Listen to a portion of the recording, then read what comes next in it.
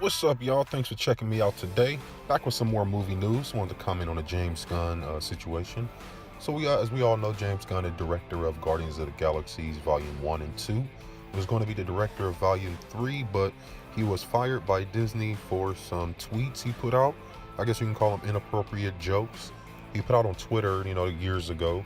You know how things are nowadays. Anything you did all the way back in high school will come back to haunt you. And so after the tweets and some photos came out about a party he had, they fired him.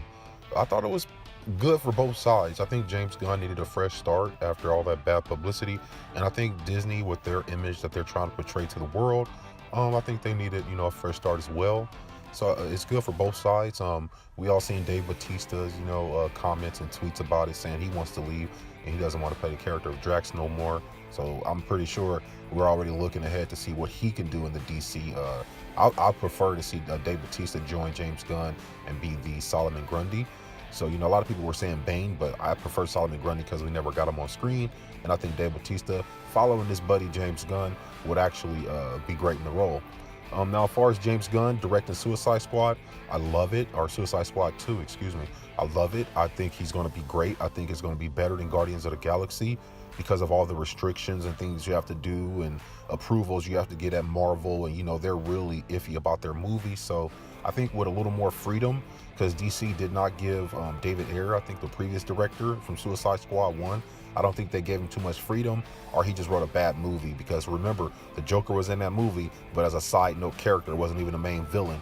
So I think that if the Suicide Squad movie needed a revamping and needed a shot of adrenaline and needed something new, something fresh about it, and I think that's perfect in what they got with James Gunn. And I think James Gunn needed to make a splash. I don't think he needed to go out and make some cheap indie film. No disrespect to people that make indie films, but I think James Gunn needed to come out with a big splash, and something like this is perfect. I think it's going to work out just right, and I really do think it's going to be better than a Guardians film because of the freedom.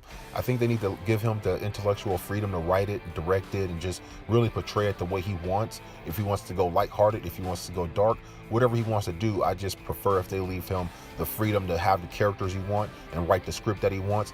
But as far as everything we know so far, with him being chose to write and direct Suicide Squad 2, I absolutely love it, and I can't wait to see what he does with this movie and this franchise, because hopefully we can squeeze out one or two more of these, depending on how this next one goes, because I really like the whole cast when they group together and you have a lot of different characters and personalities and things like that.